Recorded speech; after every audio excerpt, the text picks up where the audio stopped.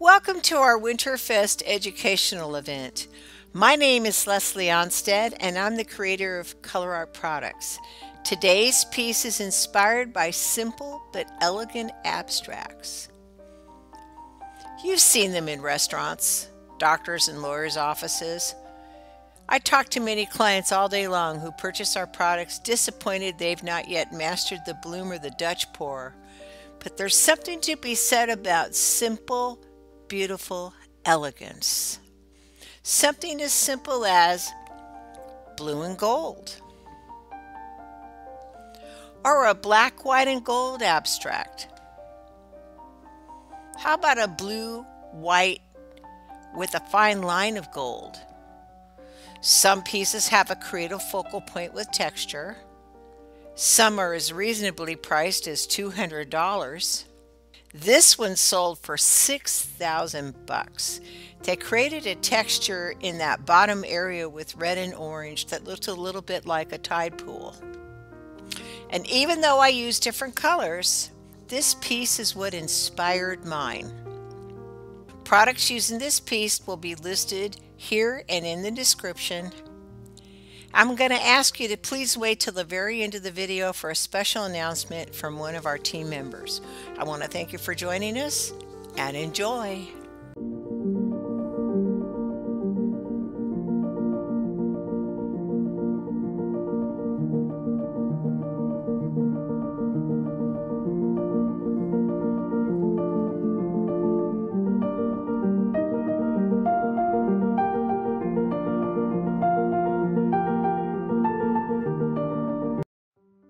After taping off a 9-inch section of my board, I begin applying dark waters, PrizmPour dark waters at the bottom of my board.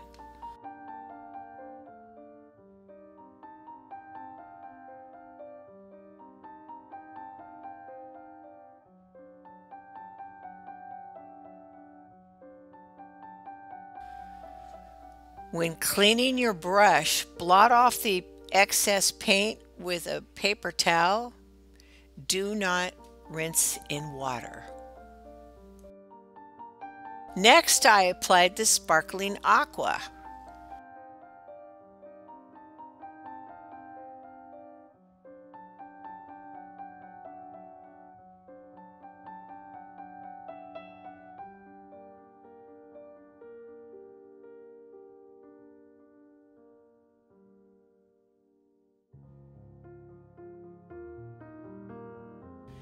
As I got down to the blue-green of that dark waters, I blended slightly down into that color, creating a gradient.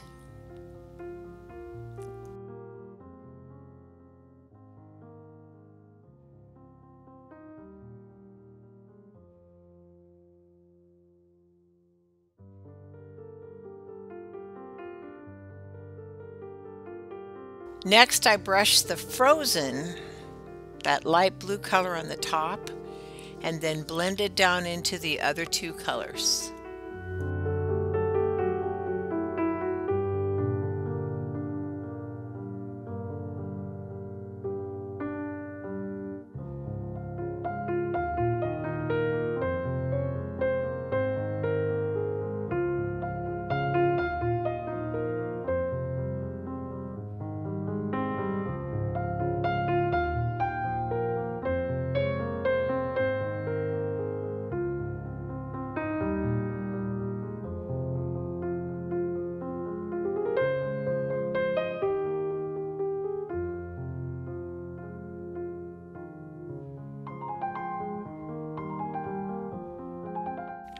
We're going to let this dry for a couple hours before we apply the next colors. Gently pull off the painter's tape.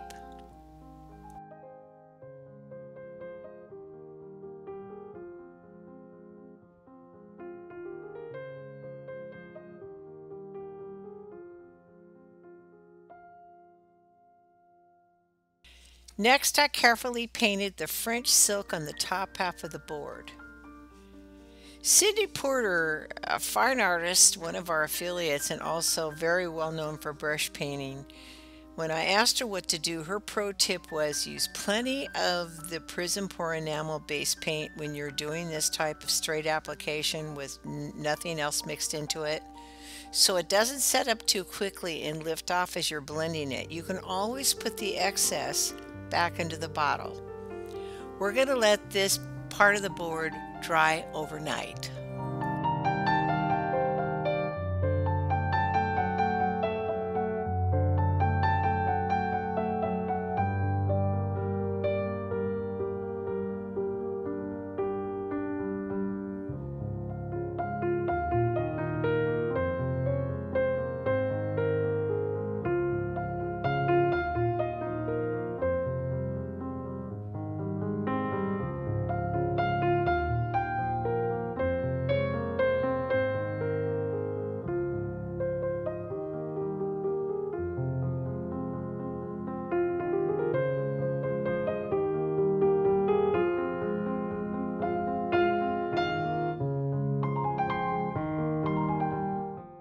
Using my measuring stick, I measured and marked a 5-inch section, 2.5 inches over the blue colors and 2.5 inches over the French silk.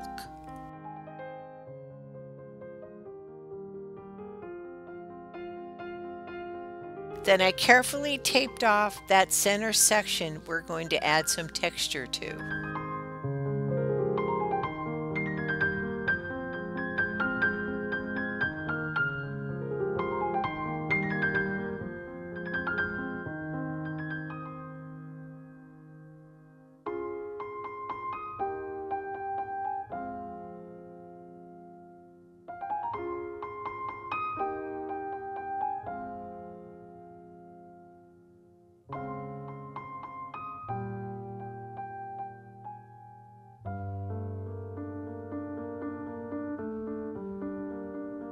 I mix 3 tablespoons of heavy gel medium and approximately a half teaspoon of golden diamond with my palette knife.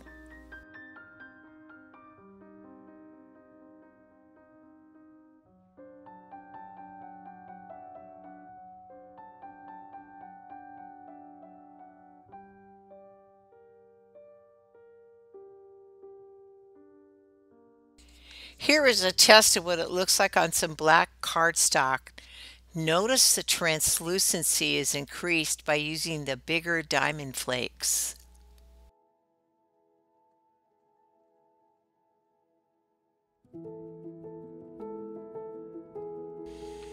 Spread evenly with your palette knife the gel medium and the gold diamond mixed to the taped off area.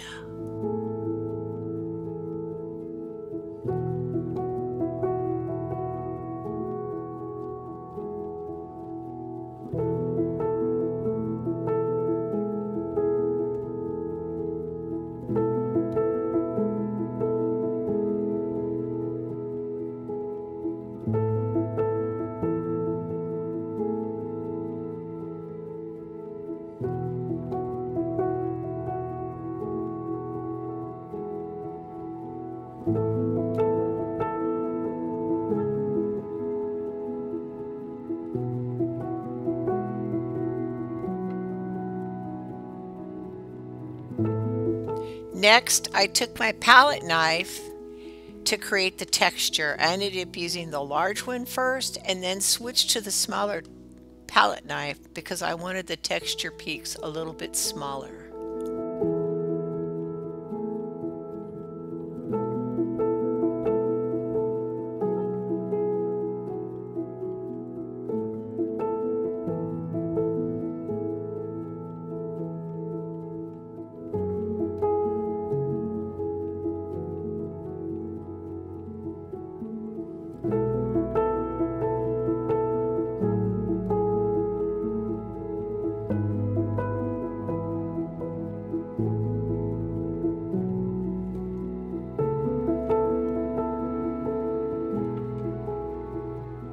Carefully, very carefully remove that tape while the texture is still wet. You want a clean line. Allow this area to dry a good 12 to 24 hours.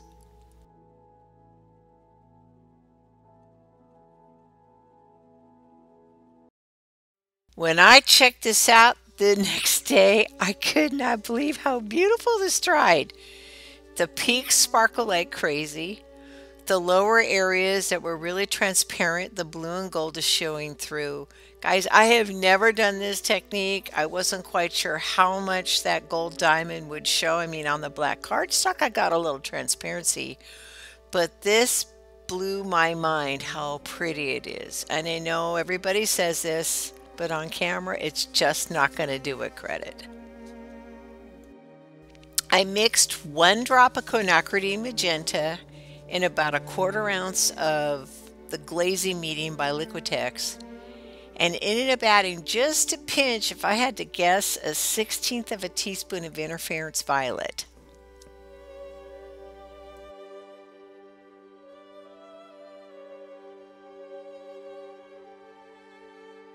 I took my paintbrush and applied a light coat of this violet glaze over the blue area.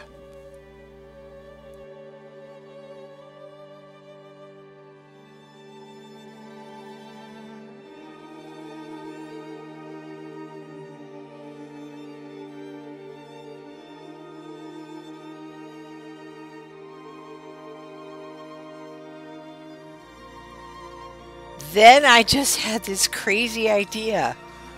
What if I apply that violet glaze over the gold textured area in the center and hit the peaks on it? I'd still see the blue beneath it. I'd still see the gold of the French silk beneath it.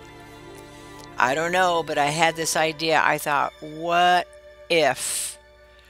You know, my original intention was just to put some medium down for gold leafing and apply some of our golden maple, but I couldn't help myself. When I started looking at this, I said, wow, this center texture is so unusual. I can guarantee you I'm going to be doing this technique again and again. Then I begin brushing that violet glaze over the French silk gold. I begin with my regular paintbrush, but I could see the streaks of the paintbrush.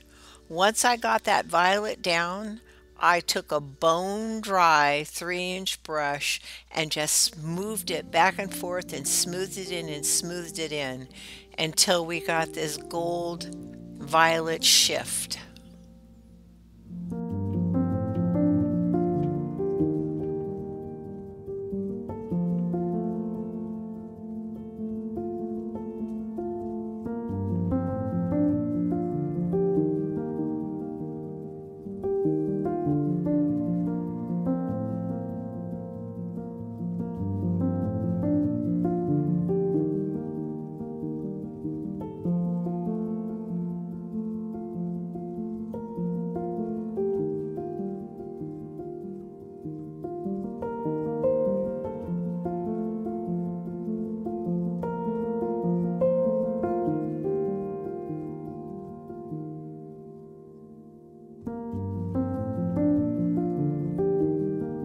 After this center section maybe dried 15 minutes, I took some golden maple and went back and forth using my finger and a brush, and my finger, my brush, rubbing it over the highest texture piece. If you get a little glob of the golden maple kind of down into an area it seems too heavy, you can just take a dry paintbrush and brush it up and move it around.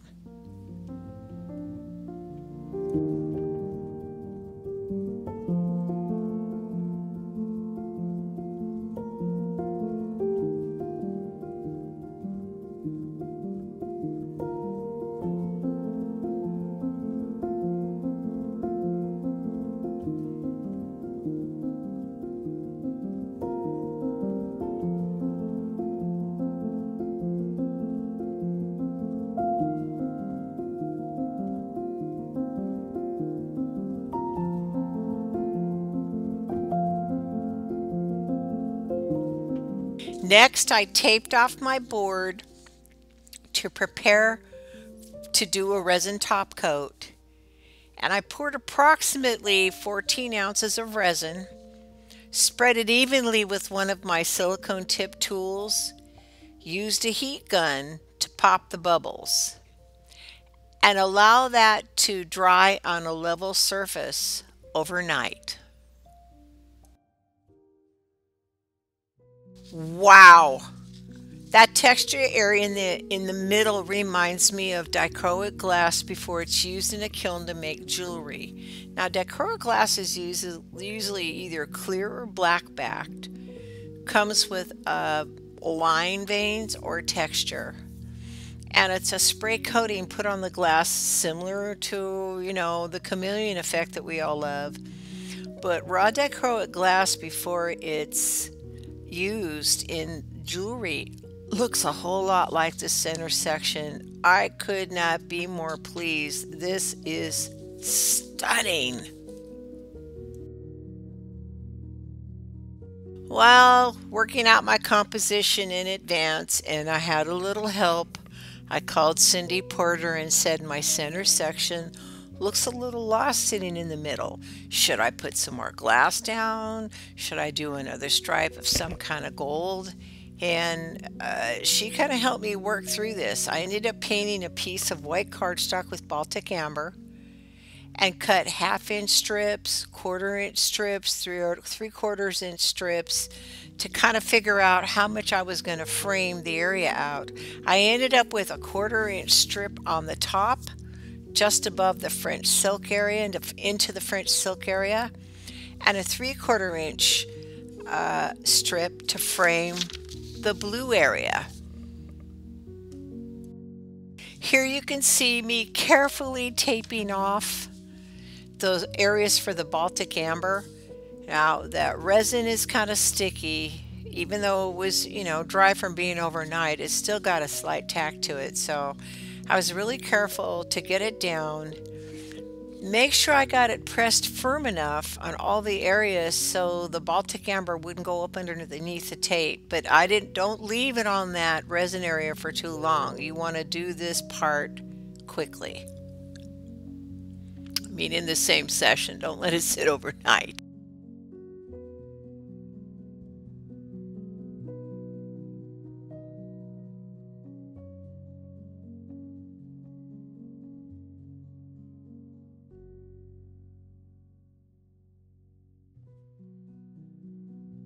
Okay, next I applied a generous amount of Baltic amber with the paintbrush, and then I smoothed it over with a palette knife.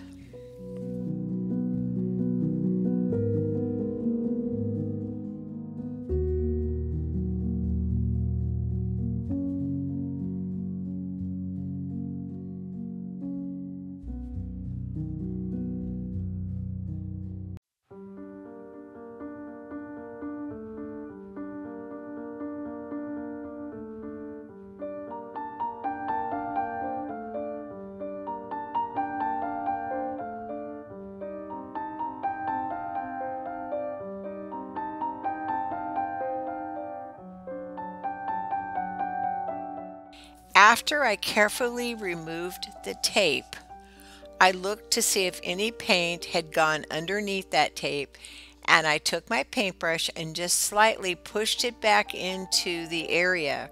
Remember that resin is smooth, so it's really, really easy to push that Baltic amber back into the section that you want. My piece is finished. After this dries overnight, I will be putting on a top coat. Thank you for being here. Our team is grateful you could join us at this quarterly Winterfest event. And now a word from Lance Travis, a fellow team member who had to drop out at the last minute. We hope to see him and you at our next quarterly event, April 9th, 2023. Hi everyone, it's Lance Travis, and I just wanted to take this opportunity to thank Leslie Ohnstad for the opportunity to talk to you and to say hello and let you know I unfortunately won't be participating in this wonderful Colourarte Winterfest event, but as of recently, about going on 2 months now, my mother had an attack of gallstone-induced pancreatitis, and due to complications, it put her in ICU with lung issues and lung complications for, we're going on 2 months now. So I've been spending this time trying to take care of her and my father, and it hasn't left me with much time to paint, unfortunately, but you know, you love your family and you do what you have to do. And I will be getting back to painting. I am doing some things. Be on the lookout for some artwork coming from me soon with a little bit of twists on techniques. You know I love a good twist on a technique. And I just wanted to say, I'm very excited though to be here to help support this Colourarte Winterfest event. I know it's going to be a great one.